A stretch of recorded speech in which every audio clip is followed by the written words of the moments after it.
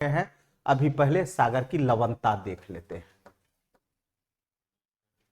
सागरीय लवणता, ये सागरीय तरंग, सागरीय तरंग ये बहुत बहुत इंपॉर्टेंट है बाबू, रटना नहीं है एकदम। कल जैसे मैप पे बताते चलेंगे एकदम तुम्हारे दिमाग में सेट होते जाएगा। क्लियर? सागरीय तरंग, तो सागरीय तरंग कल ही स्टार्ट करेंगे, कल खत्म कर देंगे। अटलांटिक महासागर, प्रशांत महासागर तुम लोग अपने बनाते चलेगा, ठीक है ना। अभी हम लोग लवणता देख लेते हैं। अच्छा हाँ, बोले बाबू लवणता किसको कहेंगे? तो इसको हम लोग बोल देते हैं कि जल में खनिज की मात्रा कितनी है, उसको हम लोग क्या कहेंगे? लवणता कहेंगे। स्टार डाल करके लिख लीजिए। जल में उपलब्ध खनिज की मात्रा को जल की लवणता कहते हैं। कोई दिक्कत है? और यह लवणता प्रति हजार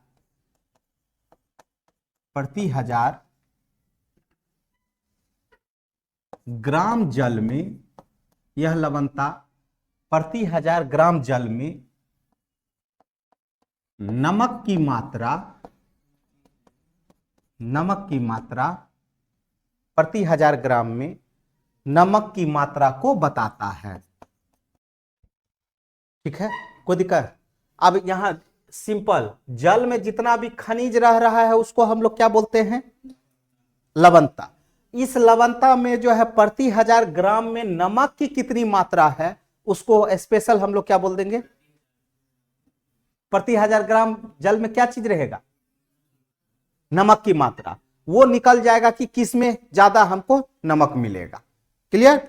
अब यहां पे कौन कौन सा खनिज मिलता है बाबू, तुम ही लोग बताओ तो। NaCl मिलता है, इसको क्या बोलते हैं? सोडियम क्लोराइड ना। ठीक है, दूसरा क्या मिलता है? अच्छा, जल में सर्वाधिक क्या मिलेगा? NaCl। तो स्टार डाल करके क्रम से लिख लीजिए। जल में सबसे अधिक NaCl, sodium chloride, MgCl, magnesium chloride, MgCl, magnesium chloride, MgSO4, magnesium sulphate पाए जाएंगे। क्लियर बाबू? बोलो बाबू। सिंपल। अब तुमको दिक्कत हुआ? यदि हम बोलेंगे कि लवणता किसको कहेंगे, तो जितना भी खनिज है उसको हम लोग क्या कहेंगे? लवणता। लवणता में जो है कितना नमक है तो ये कैसे पता चलेगा? तो प्रति 1000 ग्राम में निकाल देंगे। ठीक है, तो अब यदि हम बोले कि सर्वाधिक ये मिल रहा है तो ऑब्वियस है कि नमक सर्वाधिक कहां होगा? NaCl में। ठीक है, क्योंकि यही खनिज हमारे पास सर्वाधिक है। क्लियर है? कोई दिक्कत? ये भी मिलेगा, ठीक है, लेकिन इसमें तुलनात्मक इससे कम रहेगा। ठीक है, आगे बढ़े। स्टार्ट डालिए फिर। इसकी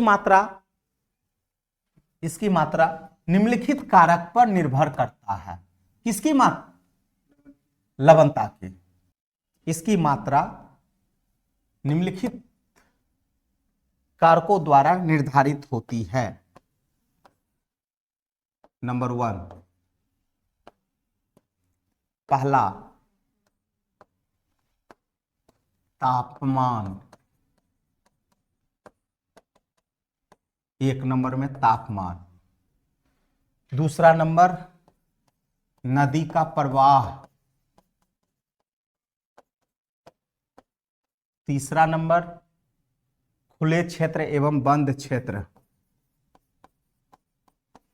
खुले क्षेत्र एवं बंद क्षेत्र। चौथा हिम क्षेत्र। और 5वां जलधाराओं का प्रभाव। जलधारा का प्रभाव, यही चीज हम लोग देखते वहां, नहीं समझे? यही चीज हम लोग देखते वहां। कहां? ये जो सागरीय तरंग है, जलधारा का प्रभाव। मतलब यदि हम लवणता का कारण पूछेंगे तो लवणता किसको कहे क्लियर, लवणता में नमक की मात्रा क्लियर, ये किसके ऊपर डिपेंड है, तो इनके ऊपर डिपेंड है। अब यदि हम बोले कि नंबर 1 कारण है तापमान, अच्छा तापमान अधिक होने से और कम होने से क्या होगा जी, और तापमान अधिक होने से, क्यों भैया, तापमान यदि अधिक है तो इसका मतलब क्या होगा, वाष्पीकरण होगा, होगा ना, वाष्पीकरण होगा, और वाष्पीकरण होगा तो समझ रहे हो क्या होगा, बारिश होगा। अब बारिश में लवणता की मात्रा कम होती है कि ज्यादा होती है, ज्यादा होती है, क्लियर है, तो क्लियर दिमाग में सेट, ठीक है, तो लिख लीजिए तापमान अधिक होने से, तापमान अधिक होने से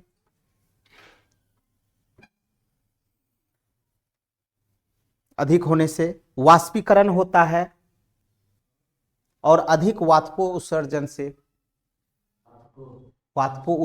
से लवणता की प्रतिशत मात्रा बढ़ती है। एक चीज और याद रखिएगा तुषार, दिमाग में रखिएगा, जैसे हम वाष्पीकृत कर रहे हैं, कभी कभी आप लोग सुनते होंगे उमस हो रहा है, ठीक है ना, तो उमस हो रहा है तो आपके शरीर में पसीना आ रहा है, उसमें भी नमक की मात्रा है, ठीक है ना, उसमें भी क्या है, नमक की मात्रा। यदि बारिश हो गया तब वहां प्रतिशत लवणता कम होगा, यदि बारिश नहीं हुआ है और वह जो है उमस तुम्हारे अंदर में आ गया है तब वहां पे लवणता अधिक होगा, क्लियर है। तो इसीलिए कहा जाता है कि बारिश जो है स्वच्छ जल का स्रोत है, बारिश हो गया तब वहां लवणता कम हो जाएगा, लेकिन यदि बारिश नहीं हुआ, सिर्फ वेपराइजेशन हो रहा है तापमान अधिक होने से, तब वहां लवणता अधिक हो जाएगी, क्लियर है। तुम लोग के अंदर में पसीना गया है ना, आया है ना, कभी पसीना को खाए हो तो नमकीन नमकीन लगता है ना, क्या बोले बाबू, सुनो, अभी यहाँ अभी ठंडा तुम महसूस, अभी गर्मी आने वाला है, ठीक है, टेम्परेचर बढ़ गया, टेम्परेचर आज का 40 डिग्री सेल्सियस, तुम क्या बोलता है, हवा नहीं बह रहा है, ठीक है, तो अब उस स्थिति में क्या होता है, वेपराइजेशन होता है, वाष्पीकरण, और अधिक वाष्पीकरण से क्या होगा, ऊपर जाकर के बादल बना दिया है, सिर्फ बादले रह गया है, वर्षा नहीं किया है, तब बादल जब बना दिया है तो वही वाष्पीकरण तुम्हारे अंदर में क्या उमस के रूप में आ जाएगा, तब वहां पे क्या होता है, उस अवस्था में जब तापमान अधिक होती है तब लवणता की मात्रा बढ़ जाती है, जब वर्षा हो जाएगी तो वर्षा स्वच्छ जल का स्रोत है और वहां लवणता कम हो जाएगी, क्लियर है। हाँ वेपराइजेशन ही हुआ, ठीक है, वहां वाष्पोत्सर्जन बोले, ठीक है, यहां क्या बोले हम लोग, वाष्पोत्सर्जन, वहां वाष्पीकरण से वाष्पो हो गया,